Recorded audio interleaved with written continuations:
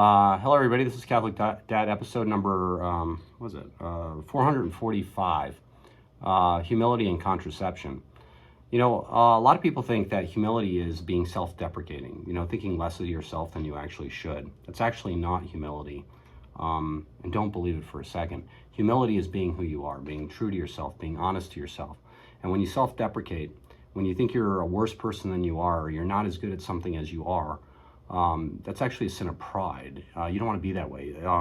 Like scrupulosity is something like, oh, I'm such a sinner, I'm such a horrible person. Even when you're not, you say that, those people could get paralyzed in thoughts of how horrible they are.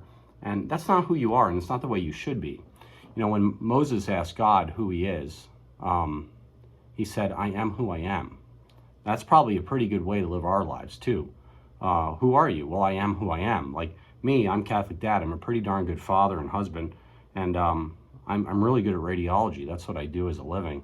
And I'm reasonably good at motorcycling, okay? And anyway, things like that, that's how you become humble. For me to say I'm a lousy radiologist, that would be stupid, because that's not true. Or, oh, there's so many better than me. Whatever. That's just virtue signaling, and it's not humility. It's actually a sin of pride. And I'll give you an example too. Baseball players, like greatest baseball player on planet Earth. What if he says, I'm the greatest baseball player on planet Earth? And then the next greatest guy, or the 10th greatest guy, says, oh, I'm okay. There's a lot of guys better than me, right? Who's more humble? The guy that actually said he's the greatest baseball player on planet Earth, because he said who he was. And 10 down the list, the 10th greatest guy on planet Earth says, there's a lot of guys better than me. That's not true. It's an untrue statement. He's a great baseball player. He should say, I'm a great baseball player, perhaps one of the best is what he should say.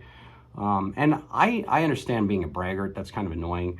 I understand virtue signaling in the extreme other direction, but you should be who you are, and you should state who you are. Well, anyway, so what does contraception have to do with humility? And I was thinking about this. So we are given like a gift from God that gives us natural cycles.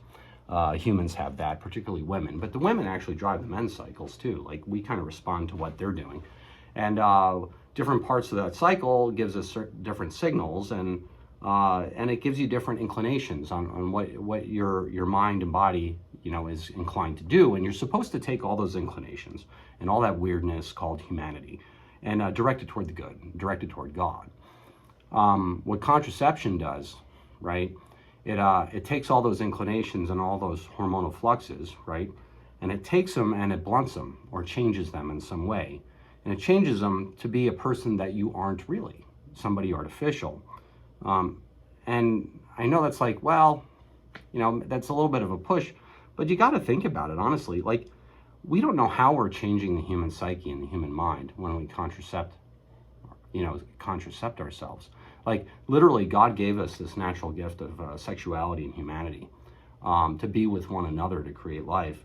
And then we start blunting it and stunting it. And we don't know if those signals that we had before were essential to our long-term success in the vocation of marriage. We don't know that. And in fact, if you just look at the history of contraception, it started in the 60s. And it really kind of blew apart marriage. Marriage has been ramping up, like over the decades and generations. It used to be when I was a kid, both my parents are divorced, in full disclosure.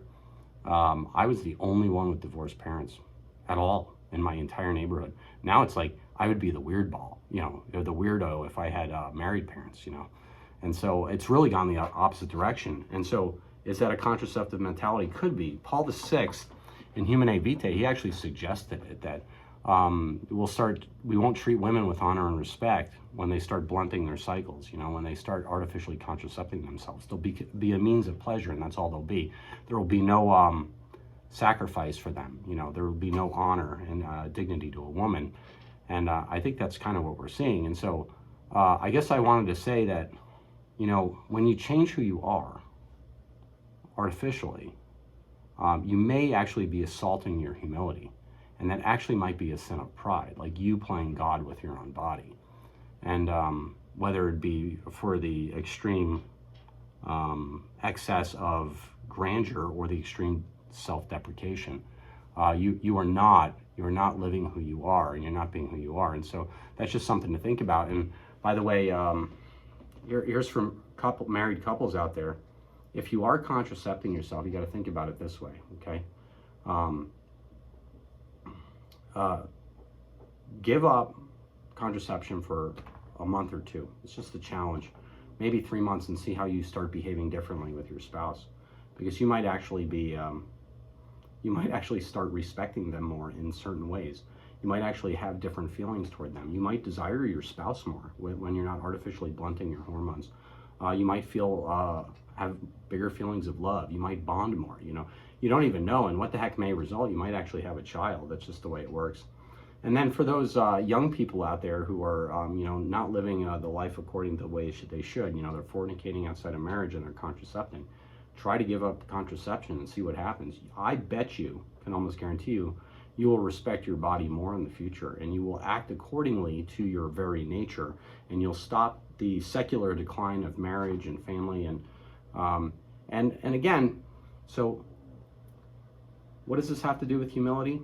Humility is being who you are. And so if God made you a certain way, you shouldn't really alter that. You should live and use that directed toward the good, which is typically the vocation of marriage. And so, well, anyway, that's just something to think about. If you hate me for saying this, well, I don't really care. It's just me saying it. But just think about it a little bit in your own personal life, and maybe, well, and I'll tell you, I have one of the best marriages I know of, and I'm not bragging or anything like that, but I tell you, I think that's a large part of it. And so, well, anyway, this is Catholic Dad making you think about it. Please like or subscribe, get the Mass, and pray the Daily Rosary, and have a great weekend. Thank you, everybody.